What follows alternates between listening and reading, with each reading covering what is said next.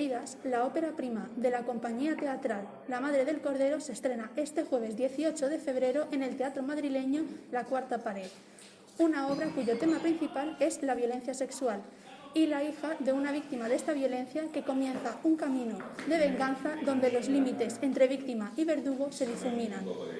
¿Cómo ha sido para vosotros como actores representar una obra donde se trata un tema tan sensible y tan duro a la vez como es la violencia sexual? Porque es un tema muy complicado de tratar bien para que no pueda herir ninguna sensibilidad. Claro, ¿Cómo ha sido para vosotros? De entrada. Sí.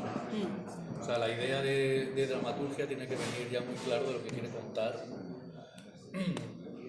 Tiene que venir luego muy clara la idea de dirección, que en este caso las dos cabecitas es una misma, religiosa, de Sergio Martínez Vila, y luego a la hora de afrontarlo desde el trabajo actoral, de verdad, como nosotros tuvimos que quitarle hierro al asunto, porque estas mismas preguntas que nos hacéis todo el tiempo ya no las tuvimos que hacer nosotros antes, y eso fue el primer trabajo que tuvimos que hacer.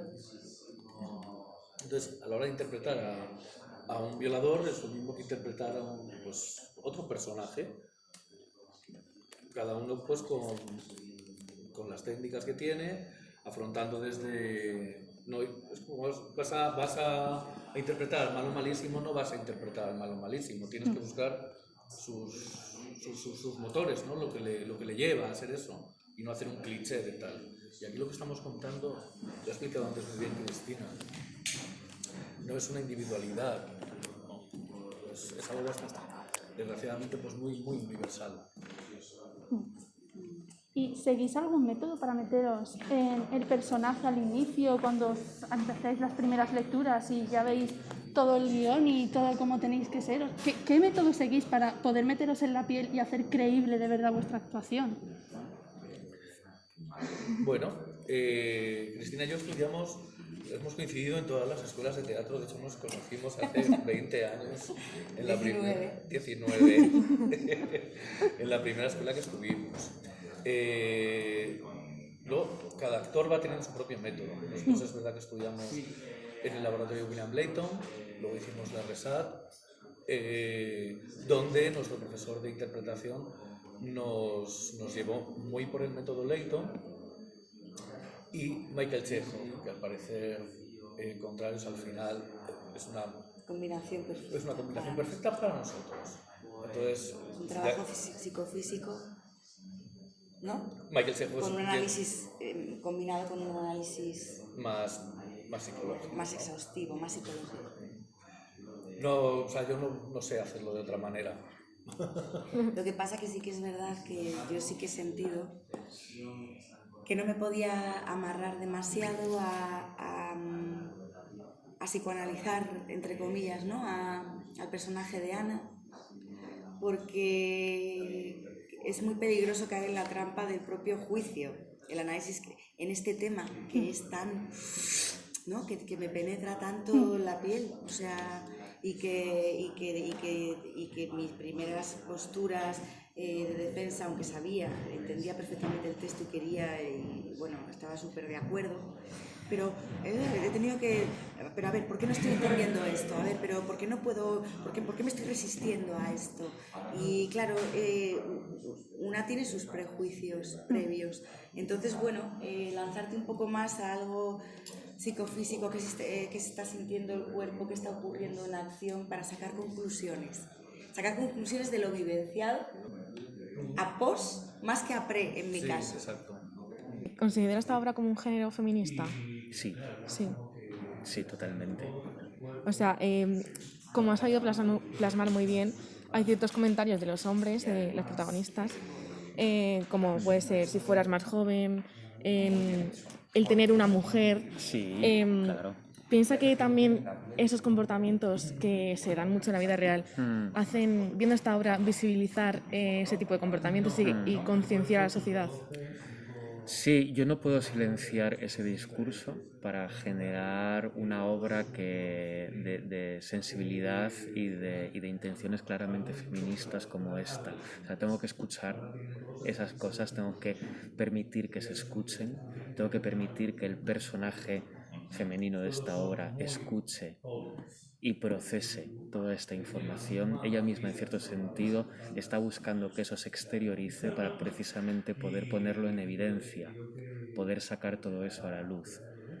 Es necesario para mí, tal y como yo entiendo que es, y como yo asumo en mi vida diaria, que es la práctica feminista, la práctica de una sensibilidad que trata de generar una conciencia igualitaria y una equidad en todo momento de nuestras vidas. Pero para mí pasa por un proceso muy incómodo de escucha y de no silenciar eso que está ahí, que a veces perpetuamos de una forma inconsciente precisamente porque nos negamos a escucharla y porque nos negamos a hacer las preguntas que tenemos que hacer muchas veces, incómodas, como las que este personaje le hace no solo a los hombres que violaron a su madre, sino también a su propio padre. Y para esta obra, como has dicho, para visibilizarla, ¿de dónde has sacado tu inspiración? ¿Te has fijado en algún caso o algo que has conocido? Bueno, todos recordamos el caso de La Manada Claro. en los Sanfermines del 2016, con lo cual que aquí se esté hablando de una violación grupal en la que intervienen 5 hombres no es ajeno a eso que sucedió en el 2016. Pero yo no quería escribir nada sobre eso, sino que yo, honrando que aquello me revolucionó profundamente, como le pasó a mucha gente, sobre todo por el debate público que se generó sobre lo que es y no es una agresión, que fue sangrante, fue una cosa que a mí me horrorizó profundamente. Entonces dije, yo tengo que hacer algo sobre esto.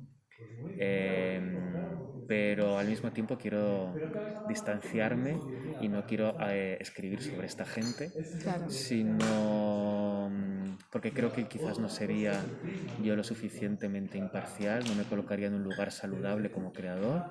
Voy a ver qué es lo que pasaría si estos hombres cumplen 30 años y con 50 y tantos de repente aparece una generación posterior que sobrevivió a ese ataque, que de hecho fue fruto de ese ataque, ¿no? Y desde esa sensibilidad y perspectiva que da el paso del tiempo se enfrentan a lo que hicieron, ¿no?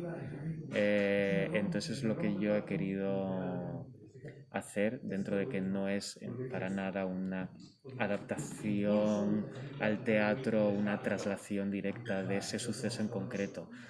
Eventos violentos de esta naturaleza han sucedido siempre en nuestra sociedad. Lo que sí que hacemos es ubicarlos en un contexto festivo y lúdico.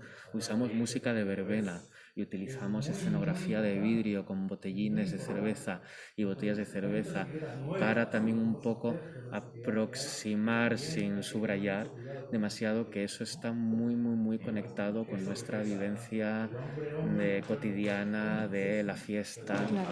¿no? Porque Que es también algo muy utilizas, ritual en nuestro país. sí, también utilizas música como Paquito el Chocolatero. Efectivamente. Y eso Sí. hace como también recordar al caso de La Manada cuando estaban Sí. todos de fiesta. Sí, eso es así. Y bueno, y ya solamente el propio baile de Paquito el Chocolatero te da una idea, ¿no? De que, o sea, es un baile altamente sexualizado en el que se reproduce una postura, una actitud sexual, donde que se genera pues una cercanía física en la que muchas mujeres muchas veces se han sentido muy incómodas y no han dicho nada, porque está en la médula de nuestra forma de socializar y de festejar. ¿Cuántas mujeres no las han tocado sin consentimiento en una fiesta bailando Paquito el Chocolatero? Es que la elección no es casual. Claro, exacto. Y bueno, una última pregunta. Hay una parte donde un personaje siente miedo a todas horas Sí, cuando tiene miedo a que sus hijos Sí. les pase cualquier cosa. Sí. ¿Podría ser algo paralelo al miedo que sienten las mujeres cuando van por la calle solas, que sienten ese miedo constante? Sí, sin embargo, para mí el vínculo, esto está un poco más relacionado con esto de el daño que tú haces, te lo haces en cierto sentido a ti mismo, ¿no? Y por así decirlo, esta persona que está verbalizando esto, en cierto sentido, él vive con el miedo de una forma tan estrecha, que muchas veces la única forma de lidiar con ese miedo es sacarlo hacia afuera en forma de violencia. Es uno de los parlamentos del texto en los que intento reflexionar sobre qué es lo que construye la violencia, qué tipo de complejos, qué tipo de miedos, qué tipo de inseguridades vitales acaban generando violencia hacia afuera, ¿no? Cómo se alimenta ese proceso. Y muchas veces se alimenta de lugares que no son particularmente explícitos, pero una persona que vive en el miedo constante que algo malo suceda acaba generando las condiciones de ese mal y de esa violencia. Él muchas veces en ese parlamento dice: yo no deseo que pase esto, pero lo pienso. Pero es precisamente porque lo piensa y porque lo siente a todas horas que acaba, ¿no?, por activar esos resortes. La famosa ley de la atracción, al fin y al cabo. Efectivamente. Está más vinculado con eso y luego de forma un poco más indirecta con el miedo que luego el personaje de Ana verbaliza, ¿no? Porque ella habla en otro momento de la función de cómo un hombre se le arrimó una vez un borracho en la calle, ¿no? Y de cómo ella sentía, ¿no?, pues como intentaba ¿no?, pues, doblegar su voluntad en ese contexto, y aunque la forma de hablar de ello en el caso de Ana sea muy poco convencional, porque ella es una mujer fuerte y se sentía muy directa y se sentía claramente en la toma de poder en ese momento, sí que es verdad que arroja luz sobre esta realidad, ¿no?, de que muchas veces hay muchos contextos que siguen sin ser seguros, ¿no?, y en los que existe todavía impunidad para determinadas cosas que tienen que ver con el tema de la obra y con la violencia de género. Bueno, pues muchas gracias, Sergio. A vosotras. Y nada, encantada, y que esperamos que la obra vaya bien, que empiece a venir mucha gente y tengáis mucho éxito, ¿vale? Muchísimas Muchas gracias. gracias.